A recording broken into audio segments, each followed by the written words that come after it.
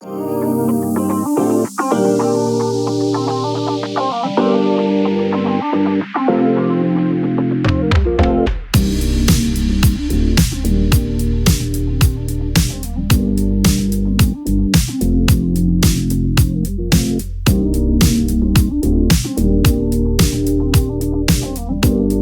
back to another episode of Raise 'Em Up. Here we are in season 5, episode 2, continuing in this journey with Growing With. So another Fuller Youth Institute. Jan, you were just saying this book's perfect for you. Oh my goodness, this is the perfect book for me and my kids and where they are right now, because I have a 15-year-old who is a sophomore in high school. I have an 18-year-old who is a freshman in college. And I've got 2 of these kids that fit right in here. And I've said it before, probably on multiple of our podcasts. I was a much better younger kid mom. Like, I got that part of it. Sure, yeah. But now this learning to walk with them and be there for when they need me, but not all the things. I'm learning how to do that. So this is a great, perfect book for where I am right now in my life. Awesome. I am super excited about this book. Yes. Well, and again, keeping in mind, as we talked about last time, Growing With is the partner book to the Growing Young, which talks about young people, which is anybody from the ages of 13 to 29. And kind of what you're alluding to is just this, they break down that age group in a way that I haven't seen broken down before, but that I deeply appreciate. Because I actually was reflecting, so I started here as student ministry pastor, right? So I had 7th grade through 12th grade, but the whole anything after that was in limbo land because we didn't have anybody specifically for, if you would, young adult, or as they call it, emerging young adult. And what's so interesting is when I tried to turn the youth board to the conversation about that age group, so post-high school, we didn't love the term young adult. Because we felt like we needed 2 categories. We needed college, and then we needed young adult, because it was almost different stages of life depending upon what kind of track that you chose. Sure. So then kind of reflecting on what this chapter says, it's like, oh, okay, I'm not alone in what I thought. Because of that middle ground there. And I think that's kind of at least the 30,000-foot view of this chapter is, it's called Pursuing the Growing With Posture, Parenting in Real Time. And we'll talk about what that means because that's really where it starts. But then it breaks down, instead of just thinking of adolescent and young adult, it allows you to break it into that 13 to 18, the 18 to 23, and then the 23 to 29, and really see those as different stages. Of course, blurring the lines in between when you transition because everybody's different and walks a different path. But I just appreciated that. So that kind of sets the tone for us. Again, starts the chapter with this idea of parenting in real time, but then breaks down the different needs of different stages. And as Jan was kind of saying, it was so helpful to see, since you've got one in the first one and one about to, well, you got 2 in the first one and one about to enter into that second. She's more in that second one because she's going to be in college. She's going to be living in another state away from us. So she is going to be more in that second group. That's where she is. When this comes out, that is exactly where she is. Well, and as I was reading, though, it was so interesting, and we could talk about this once we get there. But I was reading and thinking, I was like, okay, I'm about to be talking with Jan, and she's got good old Peyton. And I was like, kind of the way I've seen Peyton from a distance in the last year or 2, she's already in that second category. There's no doubt. So it's just kind of interesting. So I'm looking forward to that. But let's start where the chapter kind of starts, with this idea of parenting in real time. What do we mean by that? Yeah. So as you look at your parenting, you might see the kind of the still shots of when they were kids, and you look back at pictures that are usually staged and selective and, catching the most nice and preferred moments in your history, or those candid shots that just are going to make you laugh every time. But regardless, when you look at the past, we tend to have selective memory and paint the best pictures on things, and that's just not a full picture and not necessarily a helpful picture. And in the same way, as you look forward, you tend to. It's very normal and it's very unintentional. But we tend to set milestones for what our kids are going to achieve. So when, this child goes to college, or when they move out, or when they have their first kid. Start driving. You're setting these different milestones. And with it, you end up setting these expectations. And again, totally normal and usually very good-hearted, very, positive intentions. But what it can lead to is unmet expectations or some friction because your kid, your child, your young adult is probably not going to agree with your milestones or do them in the timeline that you think appropriate or approach them at the same amount of priority. And so it was just very good to say, like, okay, instead of looking at the past and either how you wish it was or how you think it was, which isn't a full picture, or looking at the future and trying to influence or have expectations of how it's supposed to look, we need to be parenting in real time and moving with our kids. You know, maybe you're ready for your kid to start driving, but they are just not interested. You know, maybe you're picturing your kid going right off to college and they're surprising you by saying they would like a gap year, or whatever it might be. Your expectations need to come from looking at your kids and having their input guide that. Yeah, and my favorite quotes, like as this chapter kind of started then, was the reality is our kids are growing into their own persons, right? Yeah. In so many ways, yes, your kids are like you. I mean, they have Sure. your mannerisms. There are different things like that. It's so funny when I see it come out. I was like, oh, you're definitely your father's son, or your mom's daughter, or your father's daughter, stuff like that. Yep. But then the other piece of it too was this idea of that our dreams may end up being different than theirs, right? Yep. And the pointed out on page 50 of this one, our kids need us most in the present, not in the past, not in the future, but in the right now. And especially as you think about these ages between 13 and 29. And I appreciate how this, as it goes in this podcast, like how this connects to other things that we've read. I go back to last season when we were in Habits of the Household and Justin and Lauren had their little map. Right? Yes. Yeah. Of this is how old I am, and this is how old my kids are right now. And then let's go 10 years down the road. How old am I going to be, and how old are my kids going to be? And just starting to see the full perspective of all of it so that you can see the present for what it is, right? Yes, and so that you can see your kid on their own unique journey, and depending on what stage of life, depending on what's going on, and asking yourself the question, what do they need right now from me?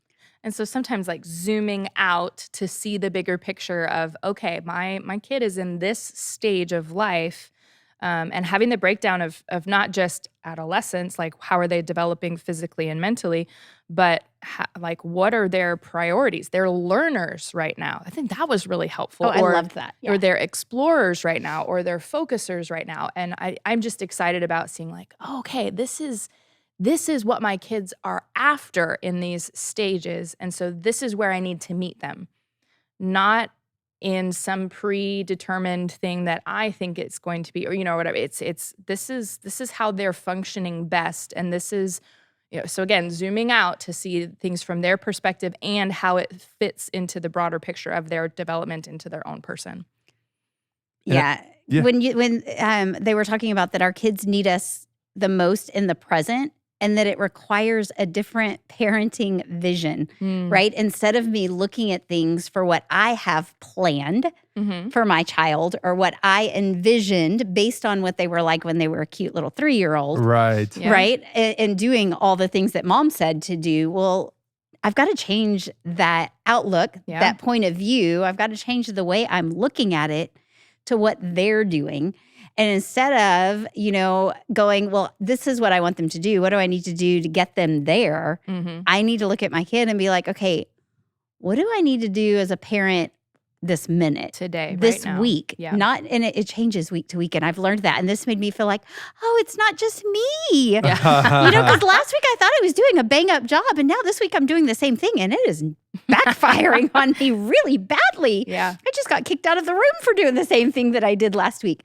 But it's because my child is growing and changing and seeing things differently. And I need to take my cues from my child and not from my vision of the past or my vision of what I thought the future would look like. Absolutely. And I'm glad you brought up the cute little 3-year-old too. And actually, like, Jen, you've lived the spectrum so far, right? Melanie's still on the front side of this.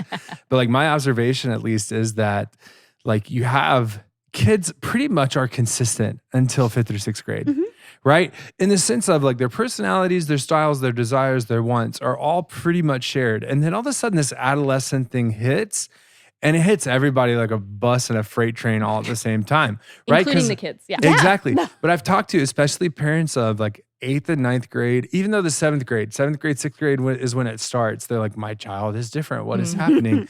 But then 8th and 9th grade, they're like, and all the way through high school, I have had parents, especially recently, express this. Like, I have to walk in the room and ask a question. Do I have permission to speak right now? Right? Because you don't know what's going to happen. Because you don't know which kid's going to be laying in that bed or sitting at that computer when you walk in. And it's one of those because like the parents, and it's so funny because the parents are walking in with the same mentality, like maybe it's been a good week. And then all of a sudden you start talking and they're flipping out on you. And it's like, what just happened, you know? And they say it this way. They said it's like right now they're integrating everything that they experience into this emotional turmoil that's usually intense and unpredictable. So like everything's getting filtered through high emotions and hormones. And so, it's... You've got to be prepared. And as much as we're trying to figure out as parents, okay, how do I navigate the kid that's in front of me right now? Yeah. They're trying to figure out, how do I navigate this world that is constantly changing around me and that I'm constantly changing? Yeah. And that's why this book's going to be so helpful. Because I know every season's been a little bit different. Some have applied to all ages. Last one certainly maybe was a little more heavy toward the younger side of raising up kids in the faith. This one is definitely on the 13 to 29, but in a way that I think is beautiful for anybody to listen to get ready. Oh, yeah. Like because again, I do think, especially when the oldest kid is 6th grade and turns into 7th grade, that's when parents are just so lost and confused. I mean, they're just, this isn't the same way it's always been. And again, you think the younger years, the diaper changing years, are the hardest, and then like I don't know that elementary school is easy necessarily, right? But it's like at least you're not cleaning up the vomit and the poop in the same way, at least, because there's still vomit and poop. Sure. I'm sure. But then it's like, okay, now I have this, well, and I'll go back to one of the observations of last season, me seeing those, when I took the trip to Fort Wayne, seeing those twin boys that have grown into 8th graders. And like the last time I'd seen them was kindergarten when they were 5 years old. But also just recognizing like every year now, last couple of years, we have this whole, here's senior anointing. And I'm going, just 4 short years ago, you were being confirmed, right? And what a difference, what a change over such a short span of time. And then you look at the broader spectrum of it, 13 to 29, look at how much that changes in what's relatively a short amount of time. So it's really important to just respect the journey and the growth, to ask the right questions. And so I think it's important to highlight some of the questions they point out as far as living in the present, being able to ask, what do we see in them now, right? Not a year ago, not into the future. What do they need from us now, like in this moment? Who do I need to be this week?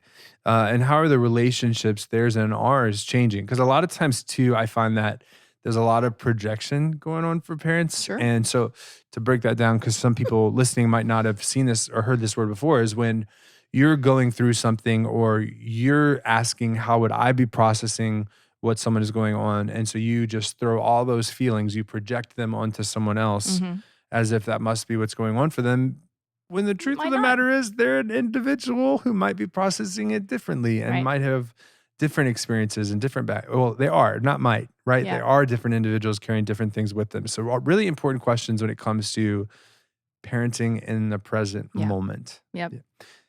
I would like to just touch on something that you mentioned, how, sometimes we think that this age is going to be the easiest, or this, this stage is going to be easiest. And again, that just goes back to the point that they're making, which is you don't set these little milestones, because once if you're viewing as once we get over this hump, once we get through this season, that's not the parenting journey in the fullest extent.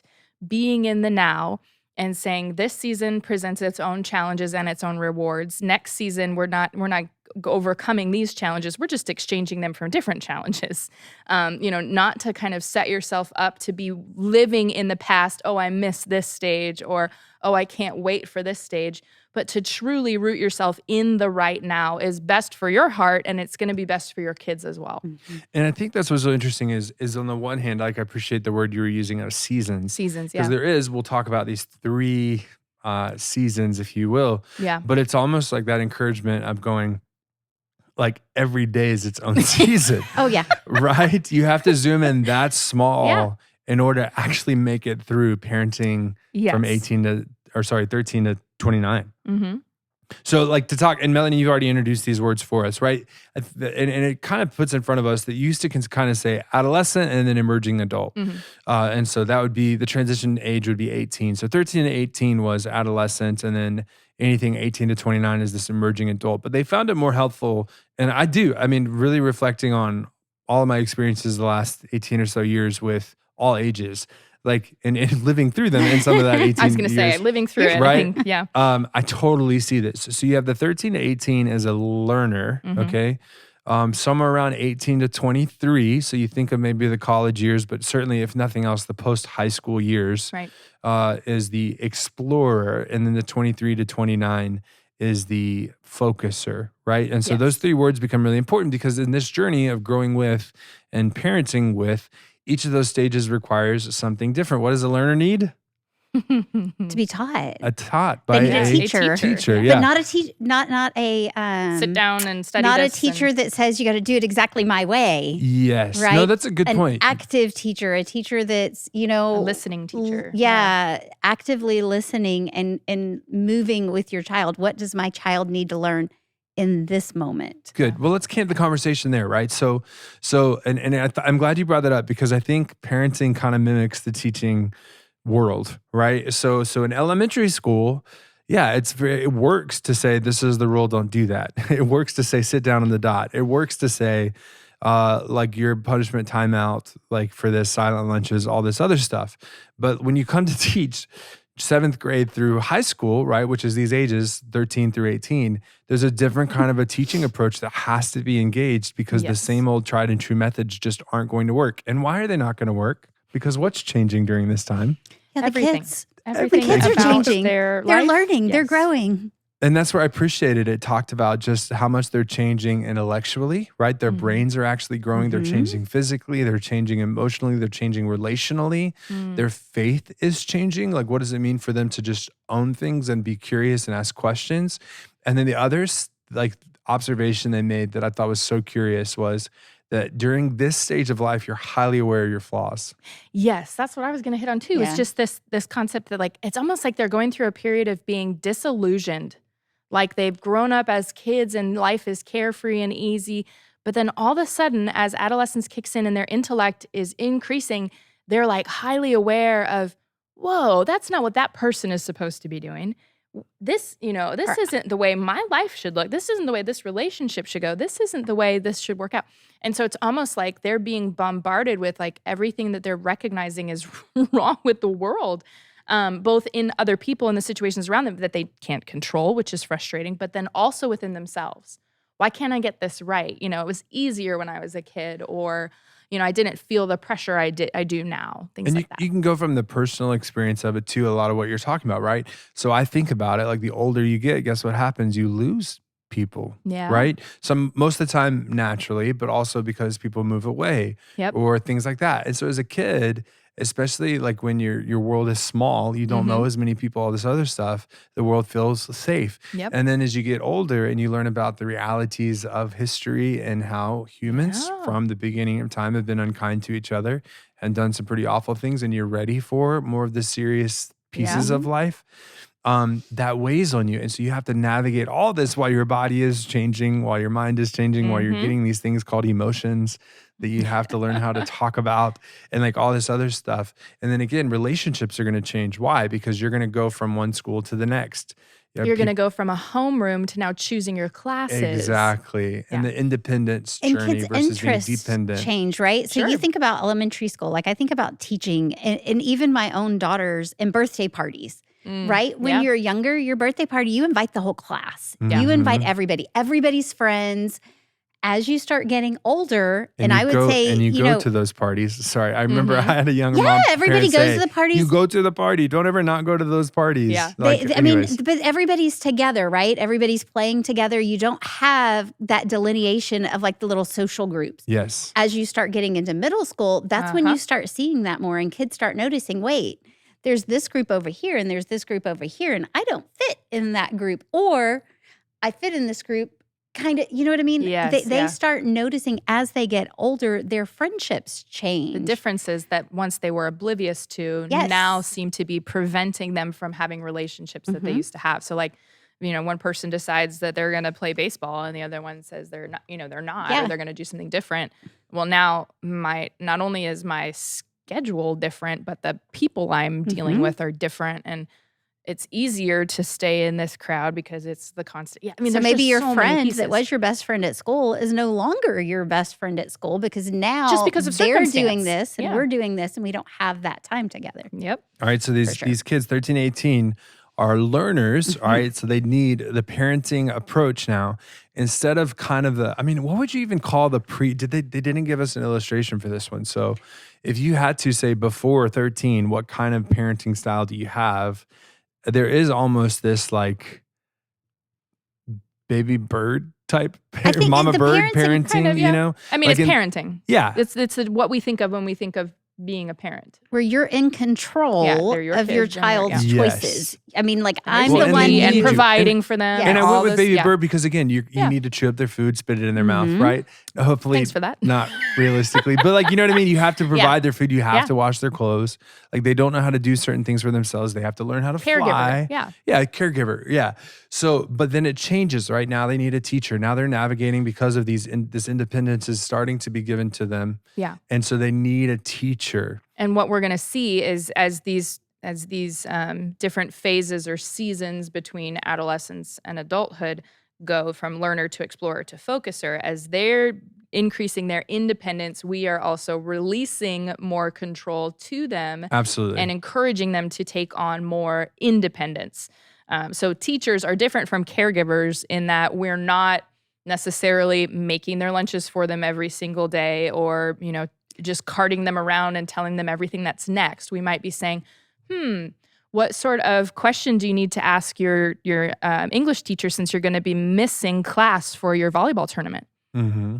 And so we're hinting at what they need to do and kind of initiating some of those opportunities to learn skills and to practice things so that they can become more independent. They have no idea what to ask or what to do still, but we're pushing them to do it instead of us doing it for them on their behalf. We're teaching them the skills to do those things, right? We're teaching and inviting and enduring the practicing of those skills. I love that. I love it because it says teaching invites and endures practicing. Like they're not going to do it right. They're not like going to the get it first right. time you tell your kid to cut the grass, guess what? They're going to miss spots. I love there that will be some spots that are not Yes. perfect. The first time you want them to, load the dishwasher. The first time you want them to talk to a teacher about something that's going on, because this is a great time for them to start taking a little more ownership in what's happening in school.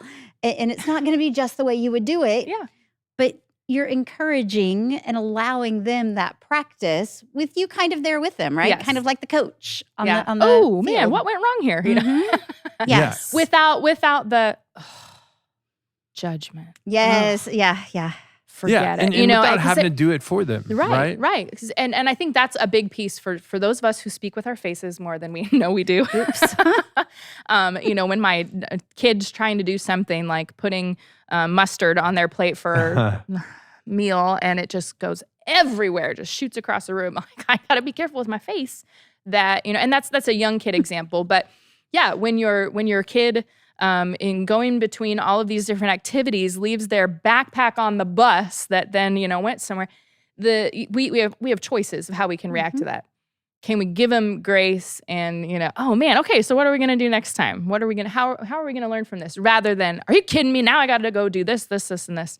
And so it's about this positive, enduring patience, not from I'm tortured by your mistakes. That's a big difference in my mind. So I like the enduring with patience, but I also wish it was a different word. Right, like not in practice. You're enduring the practice. Right, enduring the having practice. But even the word practice. enduring it kind of like makes me think of torture. And well, but I think for most parents that are used to doing it all, used to being in control, sure, that's absolutely what it feels like. And you're right. I think that your attitude is as much an important piece of this as just gritting your teeth. Well, and then being okay with them making mistakes. You know what I mean? There's a piece of me that wants to go old biblical, right? So James, right? Endurance produces, right? So there's endurance is a good thing, yes, and just being like stay the course in such in a way of speaking. And that's where I appreciate this chapter 2 of that letting go. As this is the start of letting go a little bit.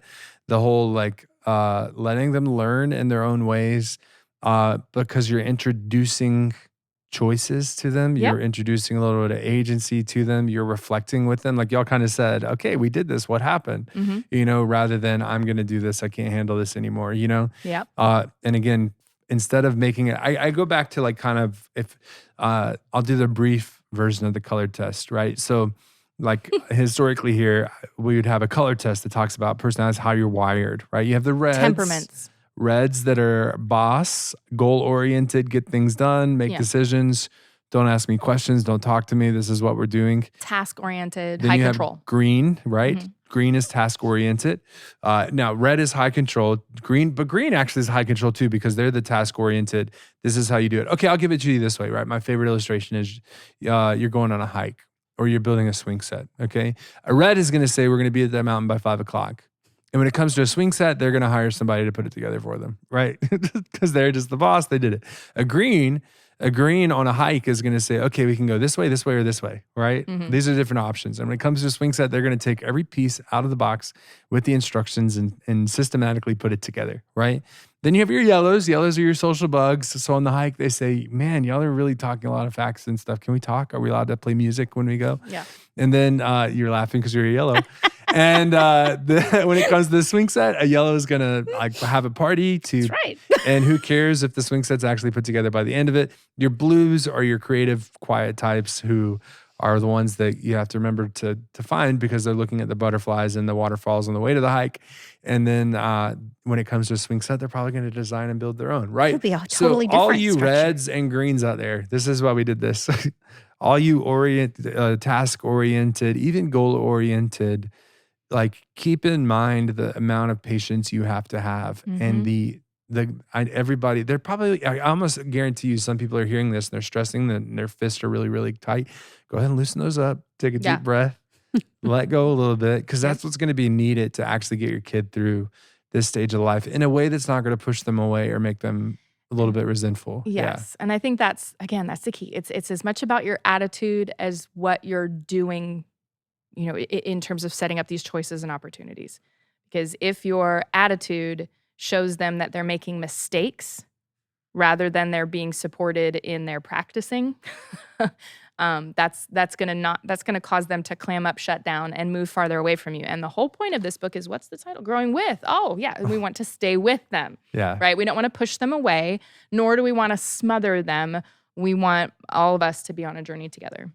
And the questions that parents of this age, so if you have a 13, 18-year-old, you're listening to this, you are being called upon to be a teacher right now. And I love page 60 of this book has some good questions for you to ask. Where is my child growing? And how do I affirm their progress? I mean, think about how important that is to just affirm when you see growth, anytime that you see growth. Given my commitment to withing, right, being with them, what are new ways I might try to connect with my child in this learner stage? Did you hear that word? New, right? Yeah. Not the same old ways. It ain't gonna work that way.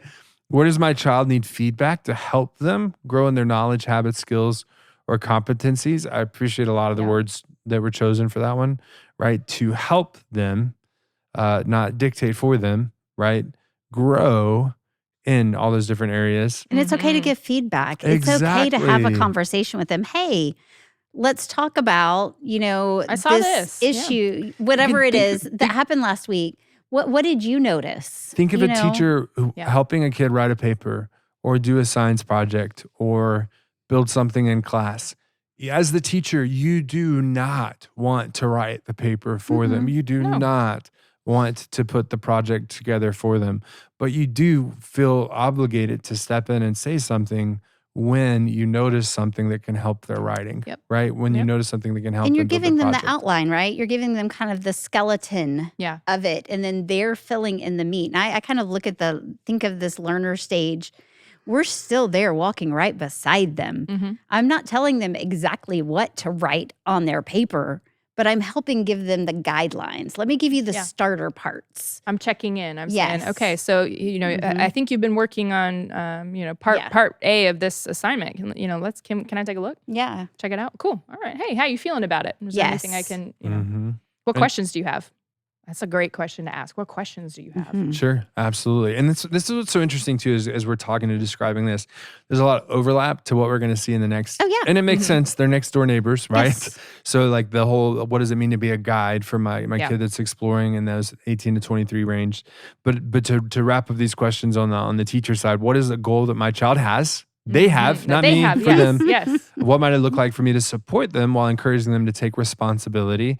Two left. Instead of just telling my child what to do, which you would totally do in elementary school, how might I start asking their opinion on decisions in order to learn more about them and grow their confidence in using their voice? That's that sense of agency. And then the final one, in what aspects of my teenager's life should I connect them with other adults who are better positioned to teach them than I am? What a hard one for the parent of the 7th or 8th grader in particular. By high school, I think you totally get that.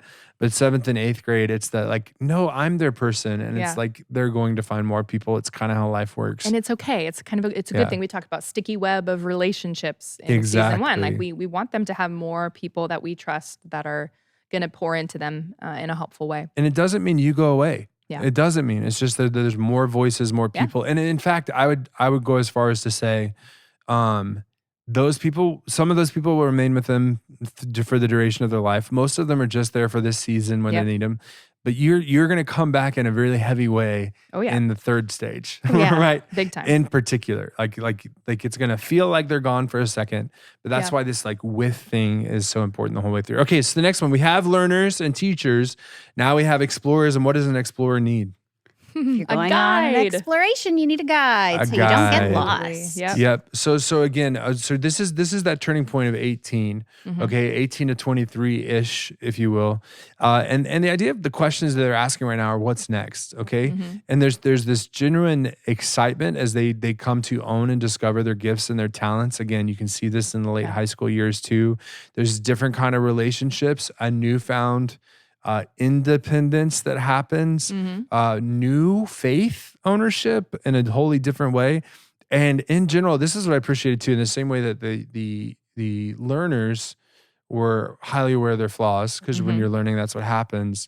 This section was excited about the future. So there's much more of a hope of what's next and things like that. So I really, really appreciated that. But tell me then, if I'm an explorer walking through, what do I need from my parent as a guide? I just loved this because they really painted this picture of like going on a vacation and going on a hike with a guide.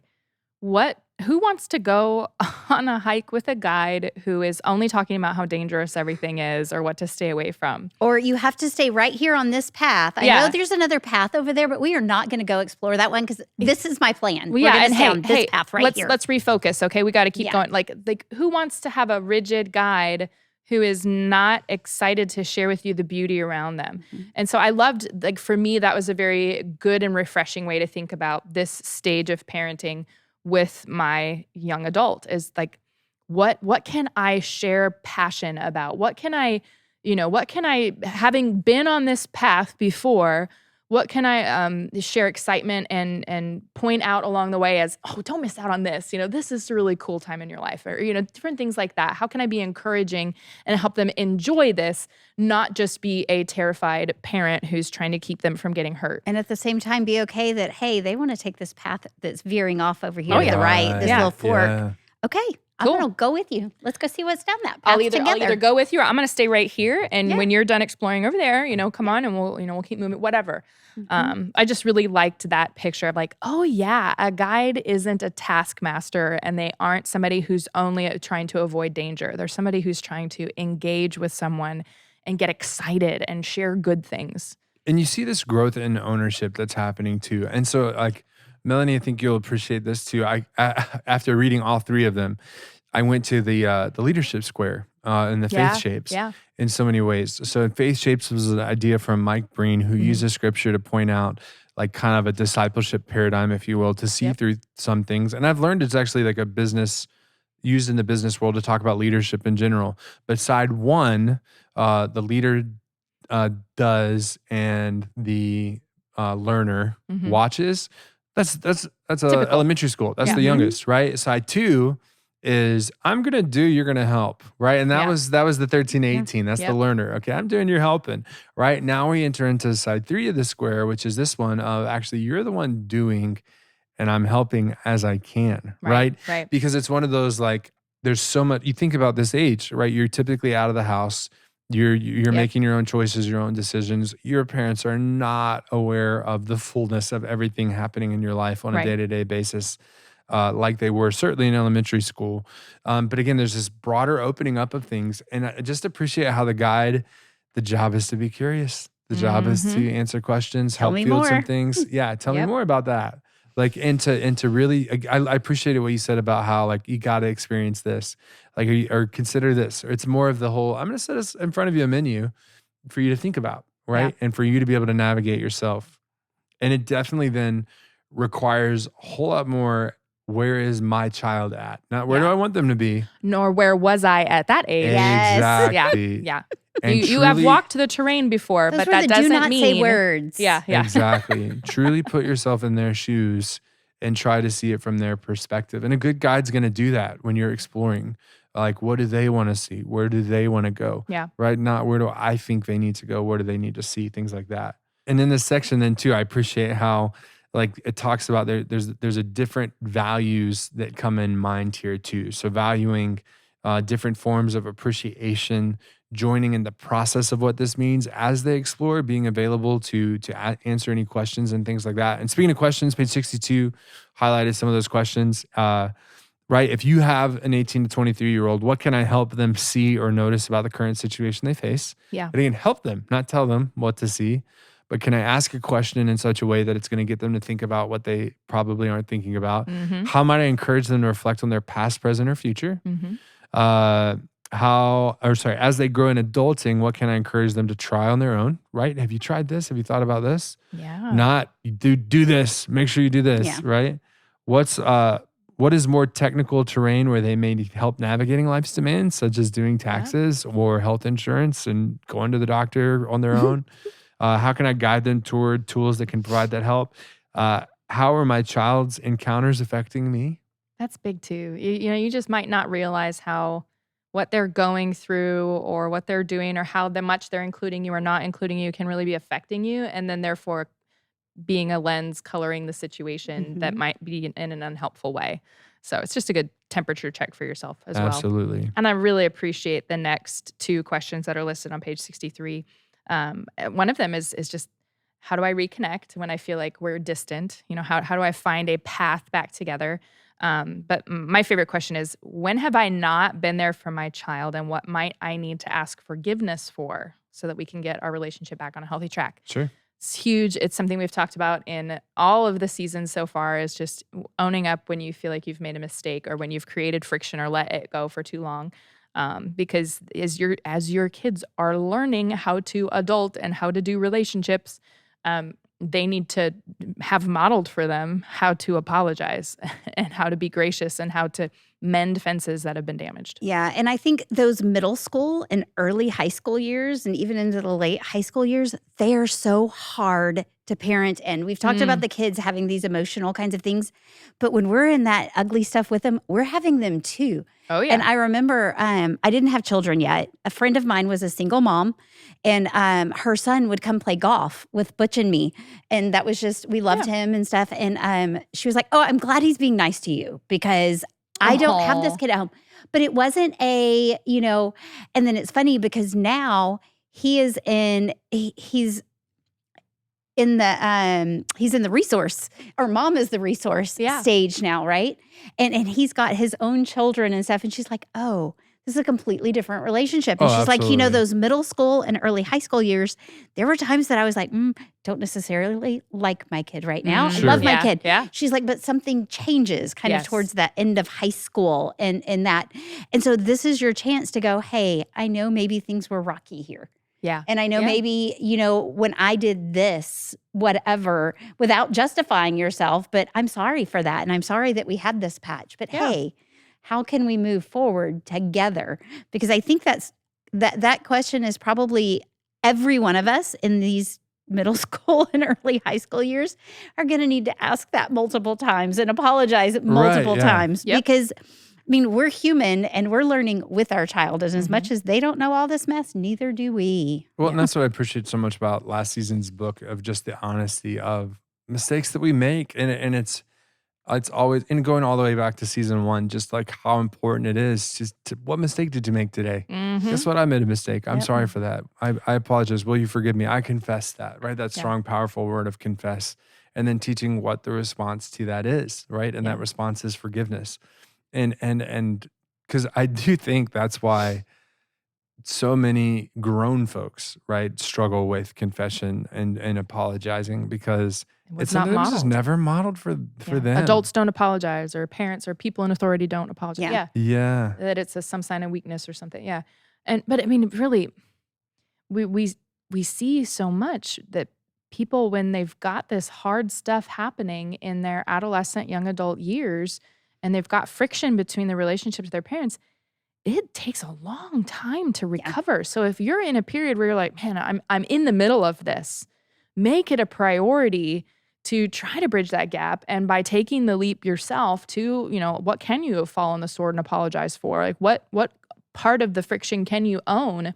Because that's a lifeline that you're tossing out to the relationship between you and your child. There was a book we read, and I don't even remember which season it was, where there was the dad who said his kid asked to be left alone, and he left her alone. And he wished he hadn't. He wished he had not walked away when the kid said, she said that. Like she came back later and said, I told you to leave me alone, and I wish you hadn't. I want to say that sticky faith. It might have been, I don't know. So just remembering that our kids really are trying to learn their independence, and there are going to be times when they seem like they're walking away from us. Yeah. But in this period, in both their learner and their explorer period, we as parents have got to find ways to find time to be with them. It won't be as much as we want. Right. There is no doubt. But just allowing them to know that, hey, I'm still here in your corner. Absolutely. And I don't want to leave it, because I don't want, if anybody is actually listening to this going, no, that's exactly where I am. Yeah. I want to give them some sort of tools or things. Maybe it's stuff that we picked up from past seasons, but like speaking to this one, right? So if you ever find that where a kid says, I want to be left alone, that's a totally understandable statement that needs to be respected. But as a parent, particularly in the learner stage, the proper response is, I totally understand that. If I don't hear from you, I'm going to circle back with you tomorrow. Right? So setting up a specific amount of time where you're going to be back because you are there, not letting it be brushed under the rug or something like that. And again, kind of that olive branch situation. Just letting them know you're there. Yeah. Of recognizing, being able to say something like, I don't fully understand what's going on. I just need you to know that I'm here for you. Yep. Right? And I would love the opportunity to apologize for anything that I've done. Yeah. And again, but you've got to check yourself before you wreck yourself, right? And walk in and say, I'm coming at this not from a place of aggression or frustration, but sincerely just a place of love. To be able to have that be a God-honoring encounter, if you will. Well, and as a parent who's been in the middle of that, I mean, like I have totally experienced an adolescent kid going, get out of my room. It's so easy to take that personally. Oh, yeah. And to want to react immediately instead of going, okay, walk away. Get yourself together. You know? Exactly. And then come back later and have that, hey, I just want you to know I'm going to give you your space. But no, when you need me, I'm here.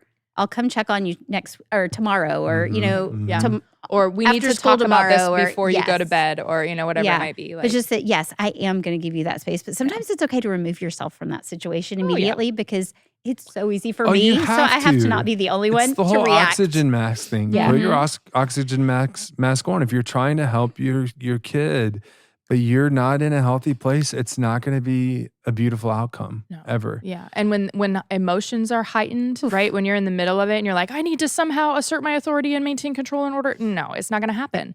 And they're not going to be able to get themselves regulated to a point that, they're going to do this the right way. Like their lids are flipped. They're already out. Like it's just not going to happen. And again, hopefully what you're teaching your kid in that, you're modeling what to do when that happens for them too. Yep. Like I'm recognizing I don't have the right words right now, or I'm not patient enough right now. So I'm going to step away. but I'm going to be back. Like we are going to talk about this, and how that's so easy for me to say without kids and certainly not in the middle of a conflict. Right.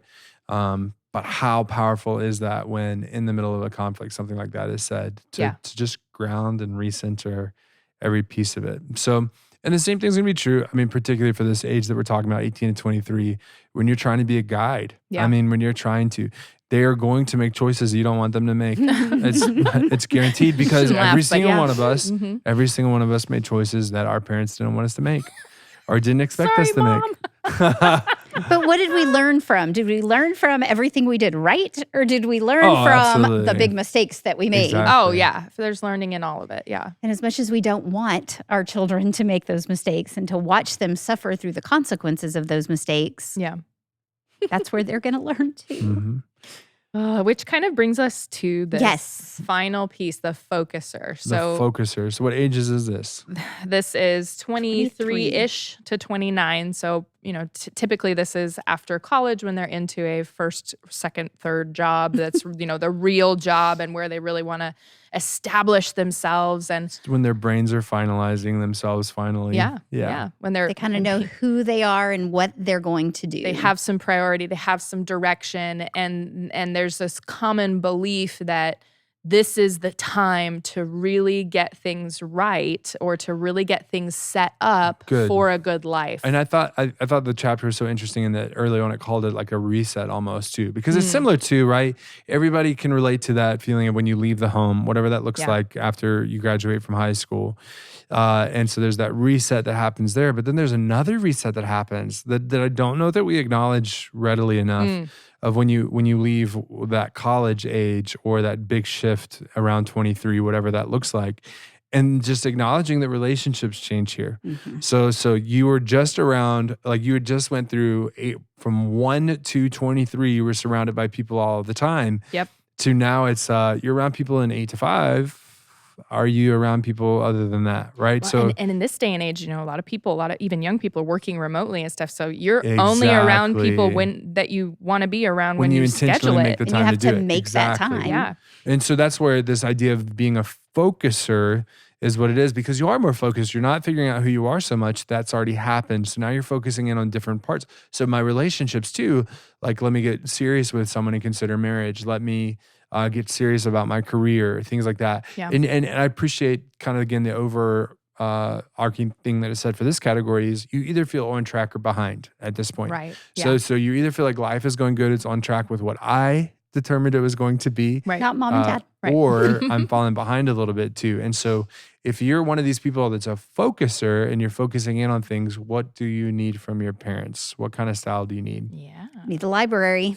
Need the resources. And this one might hurt if you're as a parent or a grandparent looking in on this and you're going, a resource or library? When's the last time anybody went to a library? But I like the picture of like this teacher's walking alongside and then the guide is, giving space, but then the resource, it intersects. That's the word they use. Like there are certain junctures at which they're going to come to you or you're going to be available to them to provide resources, but it's going to end up being on their terms. Otherwise, it's not going to be received well. So if you're butting in and asking them every week from February to April, have you done your taxes yet? That's not going to be well received. But making yourself available or just recognizing that your role is not to come over and do their laundry, but parents have to be patient and wait Yes. for them to come to us Absolutely. during that time. And it does happen. Circling back to the leadership square, this is the you do, I watch. Yes. Yep. This is the you're living your life. Yep. I'm watching you live your life. If you just so happen to tap into the resource of my perspective, and I appreciate how much they use that word, then I'm here for you, but at the same time, like you are your own independent human being from the 23 to 29. And that's a hard time. It's another learning time in a lot of ways, but you need, and you value, right? So your fellow 23-year-olds aren't going to give you perspective that people that have lived through this. It's so funny to me, right? In the teenage years, it's as if the advice of the friend is like the most valuable thing in the world. Yes, Which I'm like, you do understand, like, That's like asking a broke person for They don't financial understand. advice, right? Right. And they don't, right? And I think you somewhat get that. You get a taste of that in that 18 to 23 range of, Right. oh, there's other people in my life that have other experiences. So by the time you hit 23 to 29, like, no, you totally get it. There's people that lived through this because you're looking back on the teenagers going, oh, I was an idiot, right? And so you need the people in your life that are going to be able to give you that kind of perspective that know more about for certain topics than others. And the role then of a parent in that situation is to support no matter what. Yeah. Yes, Support and that no matter what. That's the big piece that I walked away from this section with, was that even if their path, you were guiding them for a while, but now they're launched. Baby bird is out of the nest and they're on a trajectory that's maybe not one that you like. Whether it be with the romantic partner that they've chosen, or their plans with that person, or their career, or where they're moving, or who knows what the choice might be. But even if you disagree with it, if it diverges from your initial thoughts or plans or ideas or hopes for their life, you have got to find a way to preserve the relationship, even if it's, even if everything in you is telling you, no, you have to go back and control your kid again. No. Like that's probably the toughest pill to swallow, but maybe the most important one for this season. Because it says when you are feeling hurt, offended, distraught over their choices, then it's possible that you overstepped your role. Sure. And that you tried to take possession of a choice that really was never yours. Absolutely. Instead of being the observer, you really were trying to edge in there and help get them to make be the teacher again, right? But that's not your role anymore. So now you need to be the watcher and to be careful about your feelings, because your feelings may be a reflection of what you put yourself in. Yeah. And I think it's really important to also just remind all of us that our parents that like your kids' choices are not on you. Yeah. They're not your choices. They're the things that happen to them directly, indirectly as a result of their decisions. God is not going to hold you accountable for the choices of your children. God is going to hold you accountable for the way that you love your kids. Sure. Well, and that's key, right? I mean, when it comes to the word resourcer, the number one resource that your kids need from you in this age is love and support. Yep. Right? Love and encouragement. Yep. So like no matter what it is, no matter what it is that they're going through, they need to be loved. And I think that some of our young adult parents would hear this and go, Pastor Lee, that's so hard. I was like, tell me about it, right? So you look at your relationship with your Heavenly Father. How much is he looking at me going, J-Ann?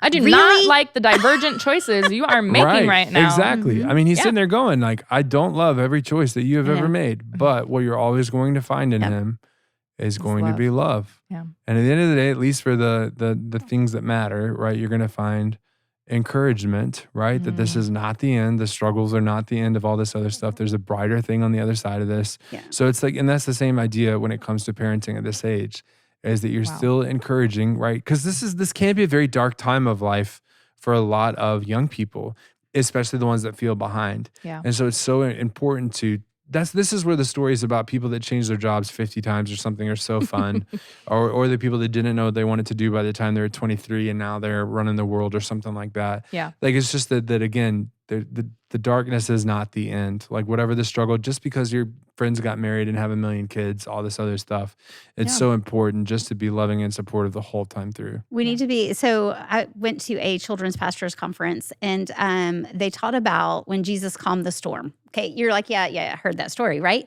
Well, I have a t-shirt that says Jesus took naps, be like Jesus. And I think this resourcing parent thing is kind of like Jesus in that boat. Jesus was there. He was present. He was sleeping, but he was there. He was present. Available. I mean, in the boat with them in the middle of this horrible, dark storm. And what happened? Well, the disciples woke him up. He helped. But then he's like, guys, I was here the whole time. I mean, all they had to do was go lay down with him. Sure. Go cuddle up next to him. I mean, we need to be Jesus in the boat with our kids waiting for them. Absolutely. And when this storm comes. And not freaking out. Yeah. Yeah, I shouldn't be sitting in the back with him freaking out in the middle of the storm. But hey, I'm here for you. I'm here to support you. I'm here to wrap up and cuddle you and be there for you. And that's what Jesus was there for the disciples. Sure, there was a part of him going, really, I've been here the whole time and you didn't need to freak out, which is what we as parents are like, seriously, I've been here the whole time. You didn't need to freak out. But he was waiting.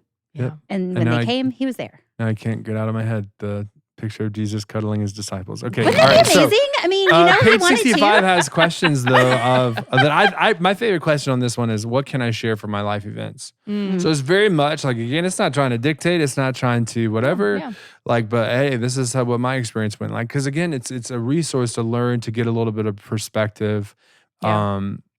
How do I follow up without checking up? Yeah. Right. That was a good one. I love to, what encouragement can I give them? Right. That's a key question to ask yourself. And again, back to that sticky web, who is another adult? Yeah, absolutely. Whose perspective would be beneficial for my child? Look at the last one. Oh, yeah. Why does their decision bother me? Yeah. I love that. Always ask the why. Like, why I'm is this really irritated me? by this, you know, and is it because of an undue fear? Is it because of a dream that I set for them that they're, you know, they're destroying and by this action, or what is it, you know? And I think most of the time it's like, because I had that dream and I thought they were going to realize it for me and I was going to live vicariously through them. But I actually like the first question on that. How do I tend to either be too controlling or too aloof? Because there is a sweet spot. As much as we are letting go and letting them fly, if they don't know they can come to us, if they don't feel as though we're available for those moments, I know a mother-in-law who says like, well, now that you're married, he's your problem. And, you know, you guys are going to have to solve the problems on your own. And that's a good thing. But if that's if it's kind of like, nope, don't come to me anymore. If that's the approach, that's not going to be well received. Now, in this situation, certainly this couple, I'm sure, knows that they could go to her for anything. You know, and it was kind of this nice balance of like, okay, this is your life. You're dictating what's happening in your life. I'm here to support you though, and I'm here as a resource. And so how, you know, where are you? Are you the taskmaster who needs to release the fingers, or are you somebody who needs to just touch base and, hey, what's new in your world? And that's it being present and with, right? So we have these three categories. We've got the learner that needs the teacher, the explorer that needs the guide, the focuser that needs the resource. And then it kind of ends the chapter with three mantras. I like the three mantras. Yeah, the three mantras of the growing with parenting perspective. So number one, who wants to read number one? Sure. Today, I will attempt to be at the right place at the right time. So just kind of finding that way to be present, way to intersect with your kids, whether it's through maybe technology or just, you know, making space to have a meal together, find some time, whatever it might be. Be there to be available. And the sentence that I love too, there's apparently before the sentence that Jan loved. So it says, sadly, the most heartfelt parenting calibrated for the wrong developmental stage keeps parents from parenting and growing with their kids. So again, it's just asking that, what does my kid need now, right? Not what did they need in the last season, in the last stage, but what do they need right now? And I love that word calibrated, right? So there's just different styles that happen at every step of the way.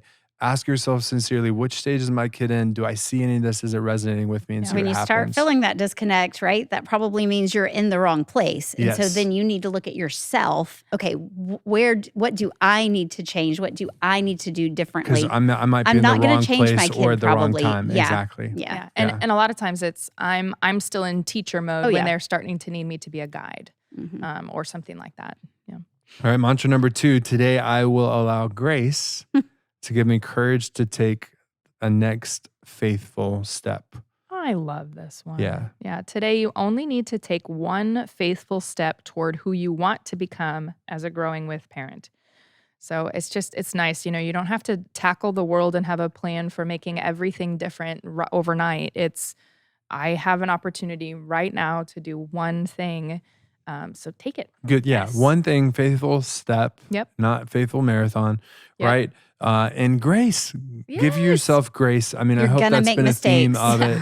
Or if you're recognizing like, oh my gosh, I've been a teacher when my kid just needs a resource and I've been a teacher and I've got all this ground to make up. No. Like, don't beat yourself up. Have grace to take the next faithful step. I love it. Even the parents I met that like others would say are like the perfect parents and they all have it together. Like, every single time you talk to them and say that to them, they're like, are they kidding themselves? Joking? Are right? you joking? So it's one of those, Just ask my kids, person, right? Yeah. every single person makes mistakes. Give yourself grace to know you will not do it perfect. Your Heavenly Father knows you're not going to do it perfect. Yeah. And that's kind of why we need Jesus. And I think the fact that we're reading this book and discussing it, you're listening to this podcast, you're already taking that step, right? I mean, yeah. Exactly. That's good. I'm loving the book. All right, final mantra for steps this for me. chapter. What's the final one? Ooh, today I have what it takes to be the best parent for my kid. There you go. You already have it. It's right. It's, so remember, you're the right parent for your child, and no one loves your child the way that you do. And I love that they even take the time to talk about, not everybody is a biological parent. So we've got grandparents, foster parents, step parents. We've got, mom, dad, and whatever.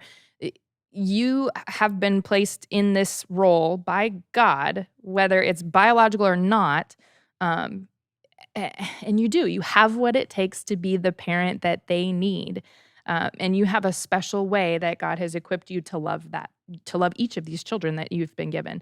It says, we talk about this in seminars, and usually the crowd responds with silence or tears. And it's like, oh, okay, I'm not a mess. I'm not destroying my child. I am the right person for the job. And so there's this affirmation that they do. And so it's encouraging us as readers to do it too. No one loves your child the way you do. You are the right parent for your child, and you have what it takes to be the best parent for your kid. And I love that just includes owning the mistakes and growing from them and with them. That is what they need. They don't need a perfect parent who never gets anything wrong. They need a parent who's growing with them. That's just it. And let's be honest, parenting is probably the hardest job we are going to do. I mean, it's hard from, the day that they put the baby in your arms and then they ask you to leave the hospital and you're like, really? I don't know what to do with a kid. I don't think you know what you're doing. Seriously. I mean, all the way through, it's hard. It is. But God equipped us to do it, and we're not doing it alone. We've got our community of believers. We've got God walking beside us, and we've got these amazing, really smart people who know way more than us that have written books to help us. Amen to that. Exactly. And where the journey goes from here, they break this down before the end of the chapter. So we talked in the first episode, first chapter, introduction, talking about this withing, faithing, adulting thing. And again, a little too hip of words for me, but I get it, right? And so the way they're going to break it down is next couple episodes are going to be about the withing piece. So thriving in family, what does it mean to be together? And then after that, thriving in faith. Okay, so faithing, okay? And then you have the whole thriving in the future, all right? So the whole adulting piece. So I'm excited for the journey. And especially, I hope this is refreshing for any of our parents walking through this with their kids from that 13 to 29. Hopefully this has given some perspectives, starting some conversations, hopefully. And if it is, certainly share this episode with somebody, however you're listening to it. Certainly find us on Facebook. You can look us up, Raise Them Up Podcast. Be sure to include that word podcast. It's kind of key to be able to find us. Or just follow us on the YouTube, give us a subscribe, whatever it is.